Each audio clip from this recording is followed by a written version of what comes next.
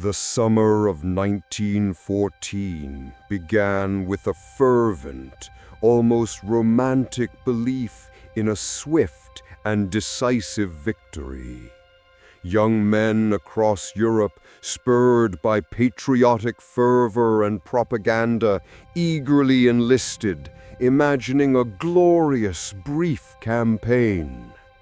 Yet by autumn, this illusion had shattered against the grim reality of modern warfare.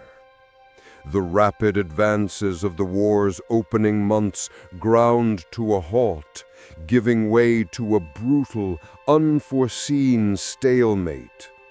The Western Front was born, a scar across the landscape of France and Belgium, stretching for hundreds of miles, defining an entirely new kind of conflict.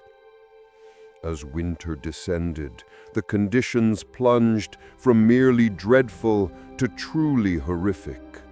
The trenches, hastily dug earthworks, became open graves.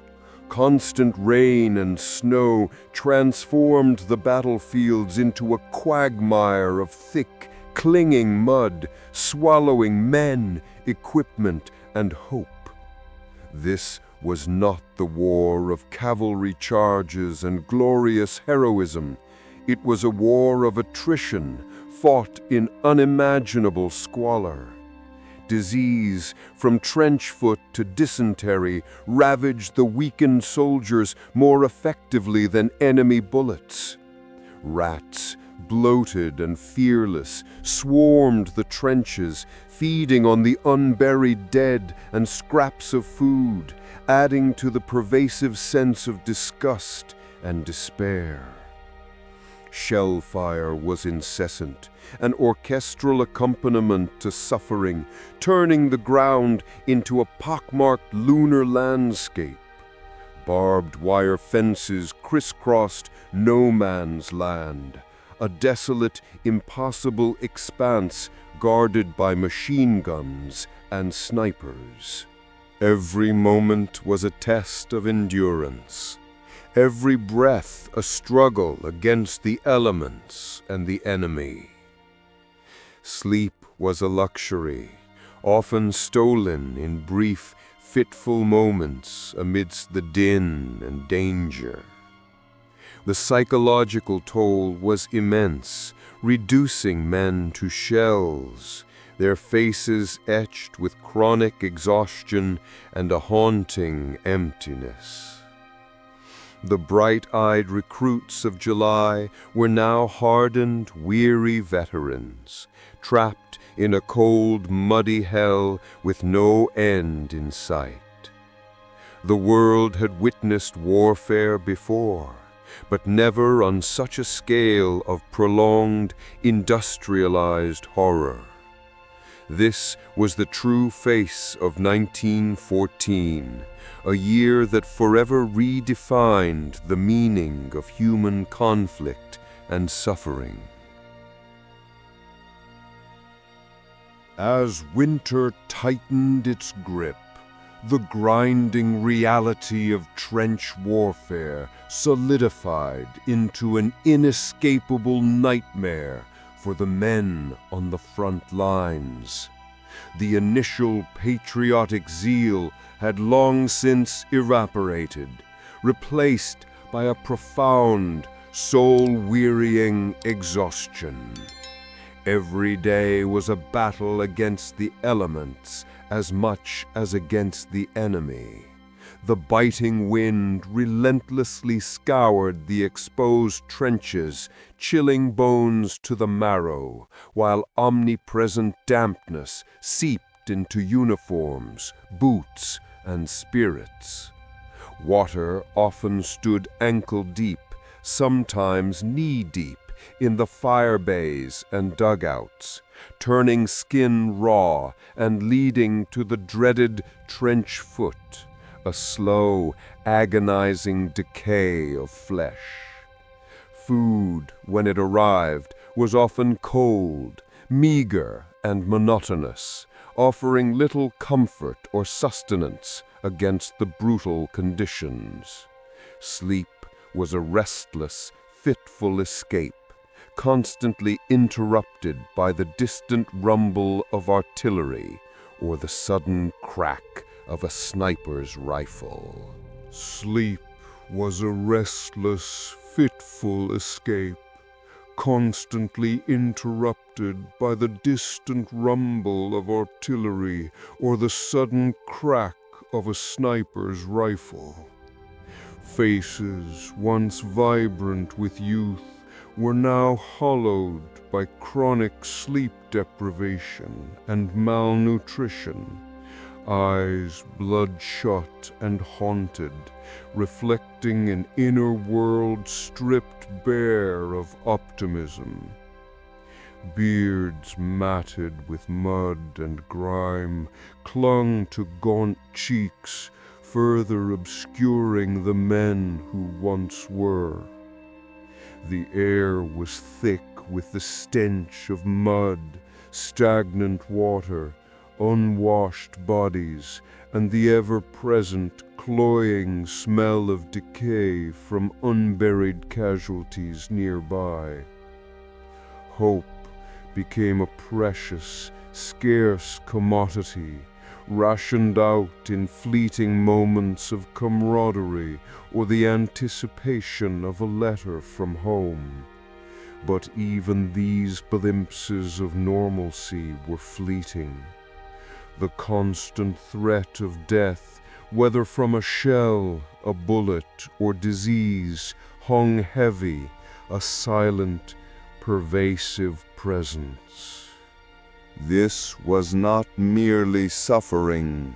It was a complete siege on the human spirit, a relentless erosion of identity, where survival became the only meaningful victory, a testament to unimaginable endurance in a world that had forgotten comfort, warmth, and peace. The unrelenting brutality of the Western Front created an environment of shared suffering, paradoxically fostering a strange, localized empathy. As days bled into weeks and weeks into months, the soldiers in opposing trenches, often mere yards apart, grew intimately familiar with each other's routines, their distinct accents, even their cries of pain. The abstract enemy, a faceless uniform, slowly began to acquire a human dimension. There were no grand pronouncements, rather a gradual erosion of the official animosity began with small, almost imperceptible acts. Sometimes a brief unofficial truce would emerge to recover the wounded or bury the dead, a humanitarian gesture observed by both sides, often initiated with a raised white flag or a simple shouted agreement. These brief pauses, though born of necessity, offered a fleeting glimpse of shared humanity. As Christmas approached, a faint, almost defiant spirit of the season began to stir. The British trenches, accustomed to carols and festive traditions, saw men humming tunes. Across the desolate expanse of no man's land, these faint melodies, carried on the frosty air, sometimes reached German ears. Then came the calls, tentative at first, shouted greetings in broken English or German, often accompanied by cautious waves. "Merry Christmas," one might call out, receiving a hesitant "Frohe Weihnachten" in return. These were not commands from above, but an organic, spontaneous yearning for a moment of peace, a brief respite from the relentless grind of combat. Small acts of curiosity and compassion began to pierce the fog of war. Soldiers peered over their parapets, risking a sniper's bullet, their eyes searching the opposing trench not for targets, but for faces. The shared misery had forged an unexpected, unspoken bond, hinting at a possibility that defied military logic, that even amidst such profound hatred, humanity could still whisper across the divide.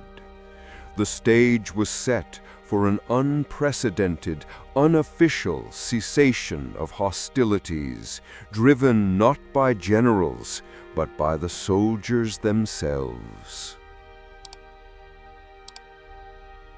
As Christmas Eve descended upon the Western Front, an unusual, almost sacred quiet began to settle, profound and deeper than any previous night.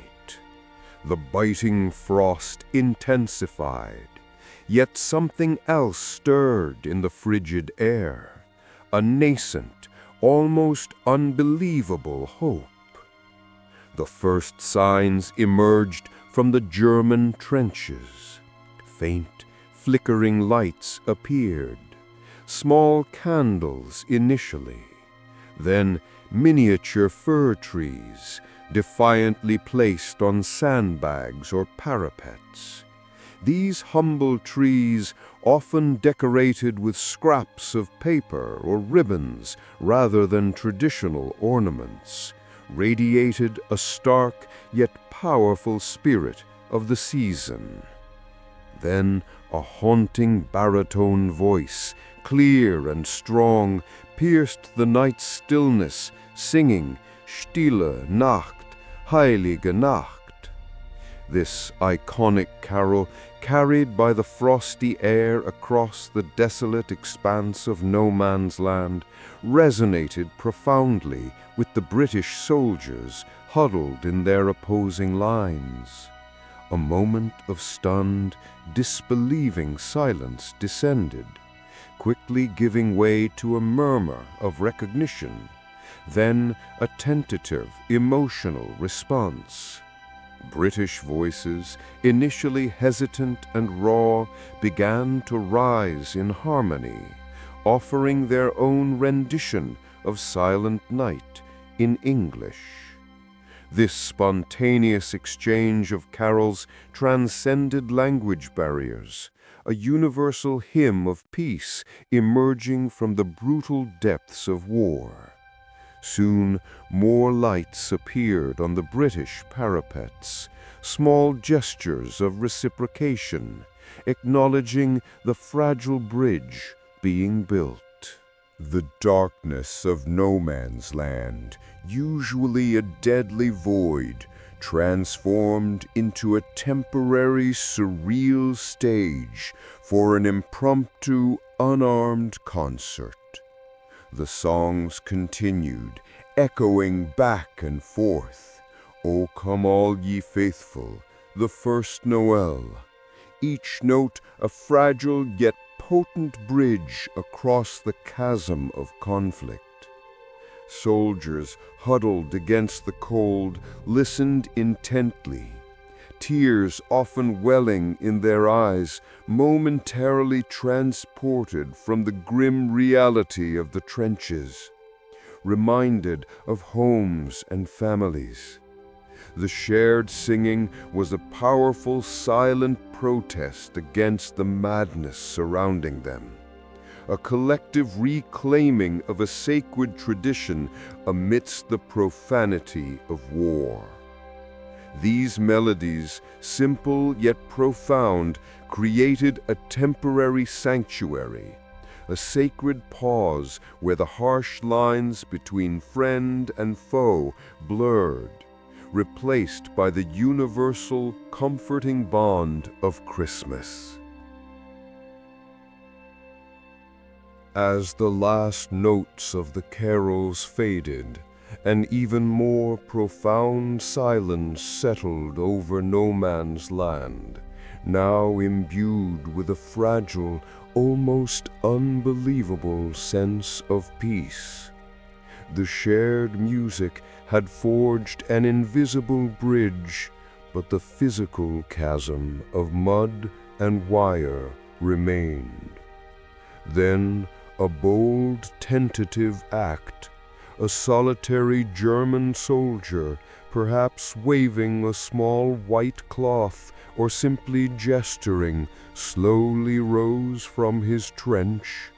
His movement was mirrored, moments later, by a British counterpart, equally hesitant, equally vulnerable.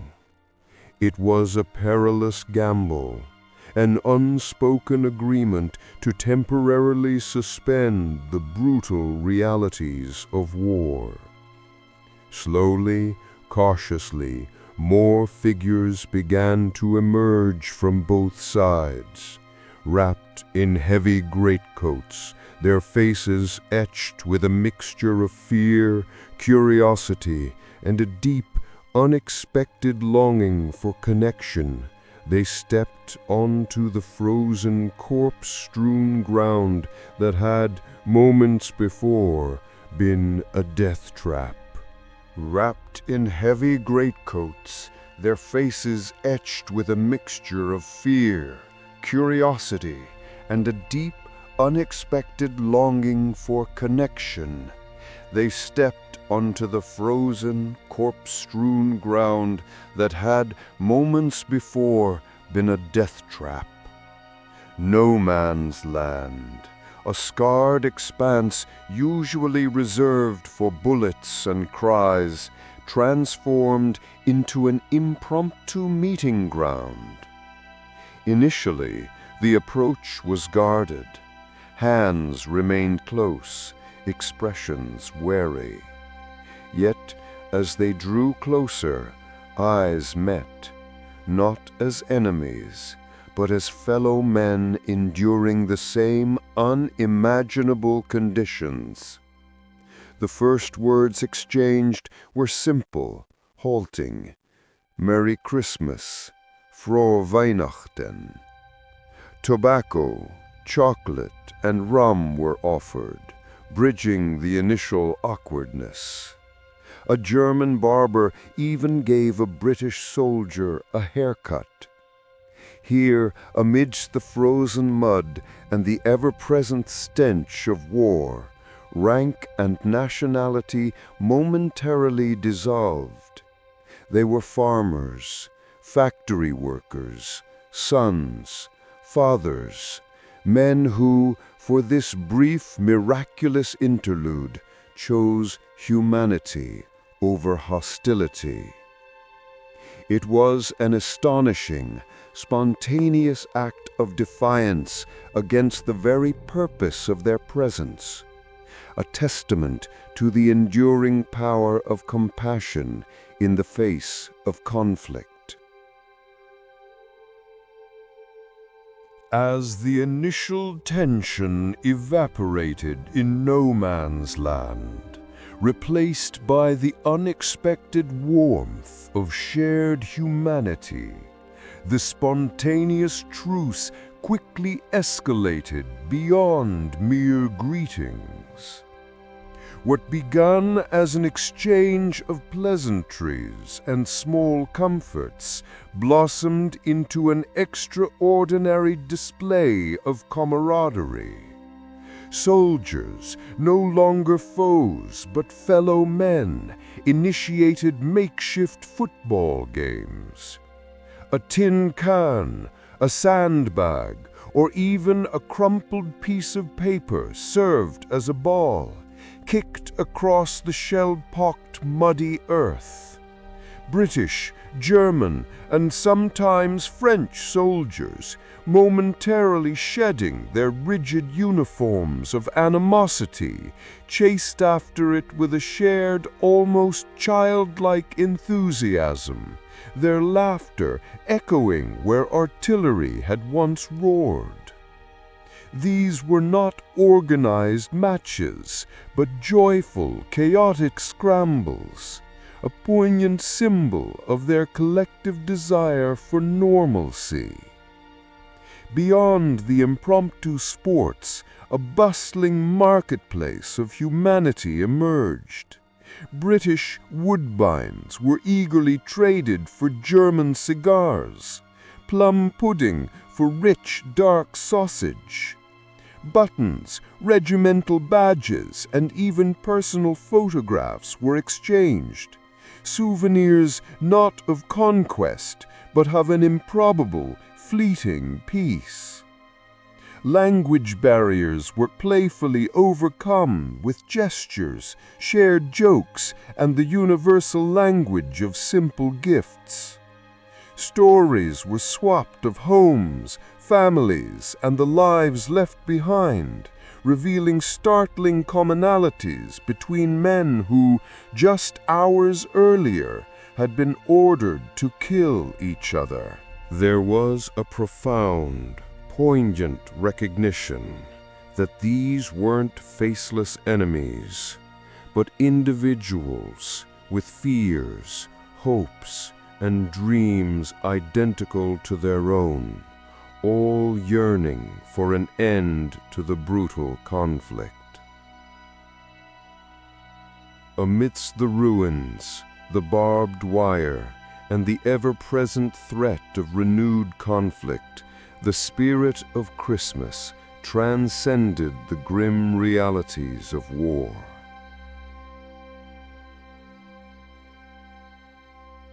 For a precious few hours, the lines blurred, and the shared ordeal forged a powerful, unspoken bond. This extraordinary, fragile truce was more than a mere pause in fighting. It was a profound affirmation of shared human spirit, a beacon of hope in the heart of unimaginable darkness, proving that even in the most desperate circumstances, compassion could bloom.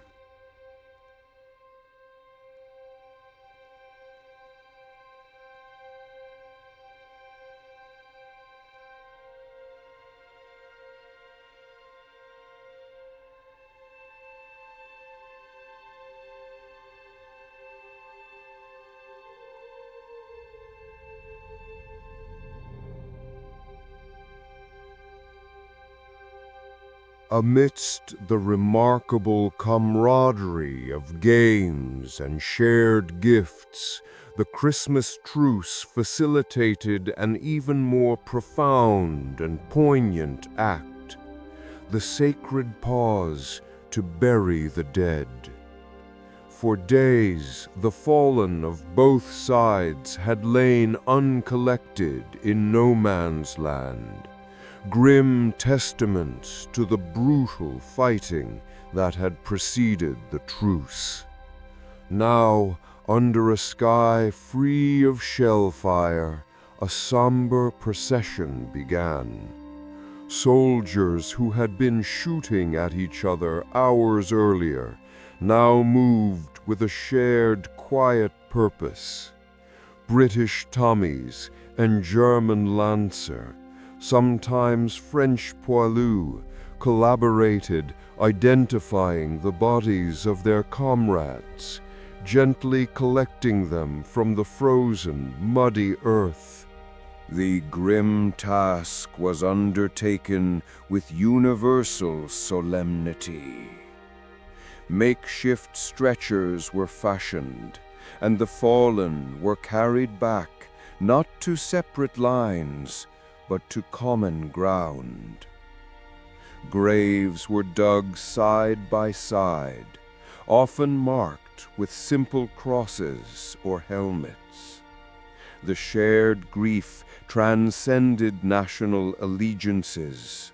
A shared humanity superseded the orders of war.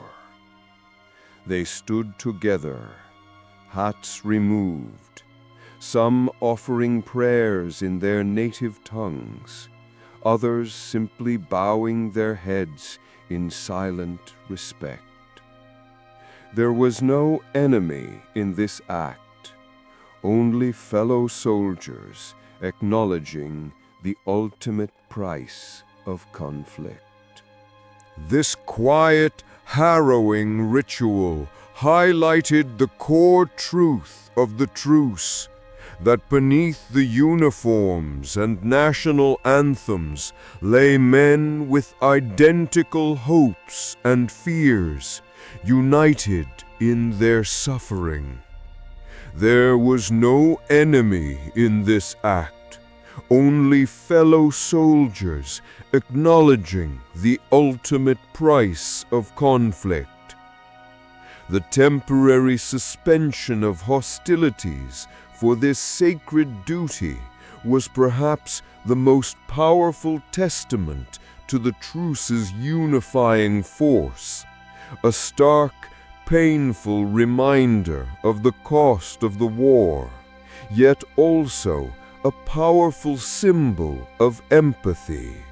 It was a shared moment of profound respect, an acknowledgement that even in the darkest theater of war, there remained an inviolable dignity in death and a collective human responsibility to honor it. The shared moment of profound respect in no man's land was, however, a fragile anomaly. Far from the muddy, frozen trenches, in the comparative comfort of chateaus and headquarters, the High Command observed the burgeoning fraternization with growing alarm.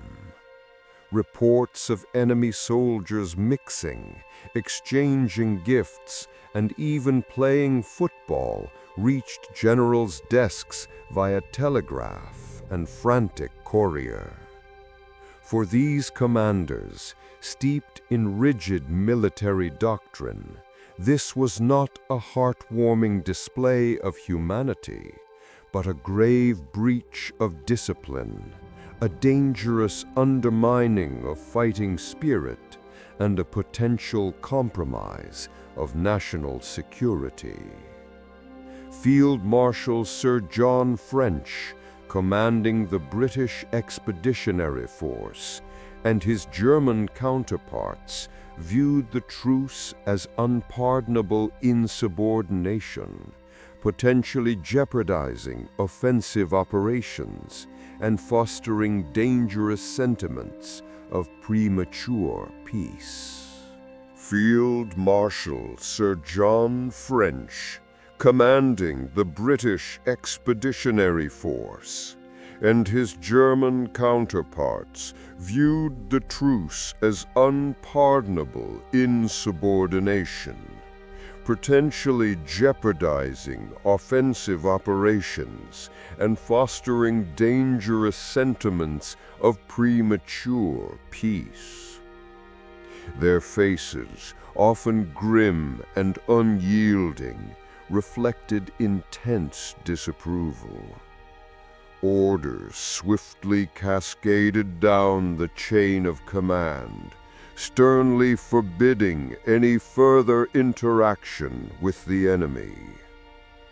Urgent dispatches, marked immediate and top secret, were drafted by tense staff officers and disseminated through the ranks, explicitly threatening severe disciplinary action, including court-martial, for any soldier engaging in further fraternization. The High Command profoundly feared such displays of common humanity would rapidly erode the martial spirit, blur lines of allegiance, and make it considerably harder for soldiers to return to the brutal business of killing. To them, the enemy was precisely that, an enemy, to be fought and decisively defeated, not befriended. Their paramount concern was not for individual peace, but for the strategic integrity of the entire war effort. The stark reality was that the war had to continue at all costs, and any act suggesting otherwise was a direct threat to victory. Officers on the ground were explicitly instructed to re-establish aggressive patrolling, resume artillery bombardments, and intensify sniper activity. The unofficial truce, born of desperation and fleeting Christmas spirit, was to be extinguished without hesitation. The warmth of temporary peace was replaced by the cold, unforgiving logic of military strategy.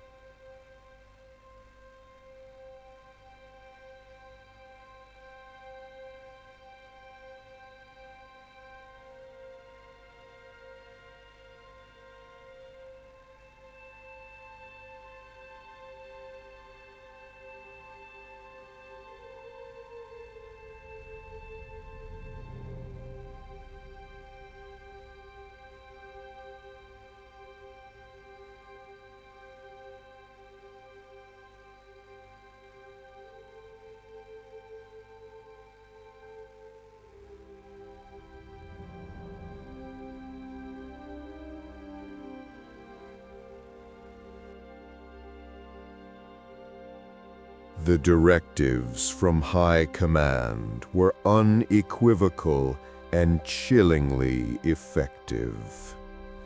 The fragile peace that had bloomed briefly in no man's land withered under the iron fist of military discipline. As Christmas Day dawned into Boxing Day, a palpable shift occurred along the front. Soldiers who just hours before had exchanged gifts and laughter were now forced to confront the impossible task of becoming enemies once more. The camaraderie dissolved, replaced by a heavy sense of resignation and the grim weight of duty. Reluctantly, men returned to their respective trenches. The shared ground, briefly a neutral meeting place, once again became the perilous expanse of no man's land. Officers, under strict orders, began to enforce the resumption of hostilities. Small acts of defiance were met with swift, severe consequences, but most soldiers understood the futility of resistance. The war machine, temporarily stalled by a collective act of humanity, lurched back into motion. The first shots were fired, tentatively, almost apologetically, piercing the quiet air that had held carols and conversation. Artillery, silenced for a precious day, began its low rumble and eventual thunder once more. Artillery, silenced for a precious day, began its low rumble and eventual thunder once more. Snipers, their targets previously brothers in a temporary truce, now peered through scopes with heavy hearts. The very act of raising a rifle against a face that had just hours ago offered a cigarette or shared a family photo was an agonizing betrayal of the human spirit. The divide was absolute and cruelly reimposed. Barbed wire, shell craters, and the constant threat of death once again defined the landscape. The momentary bridge of empathy collapsed, leaving behind only the chasm of war. Yet something lingered, the memory of shared laughter, of a football kicked in the mud, of silent respect for the fallen, etched itself into the minds of those who lived it. It was a memory that proved, however fleetingly, that even in the abyss of total war, humanity could find a voice. The Christmas truce shattered, but its spirit endured as an impossible whisper of peace amidst the unyielding roar of conflict. Though the Christmas truce was ultimately shattered by military command, its brief, improbable existence left an indelible mark on history.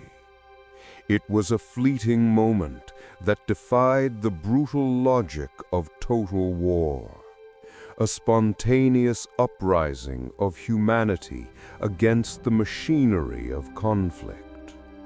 The memory of that extraordinary day when sworn enemies laid down their arms to share carols, cigarettes, and a game of football persisted long after the guns resumed their deadly chorus.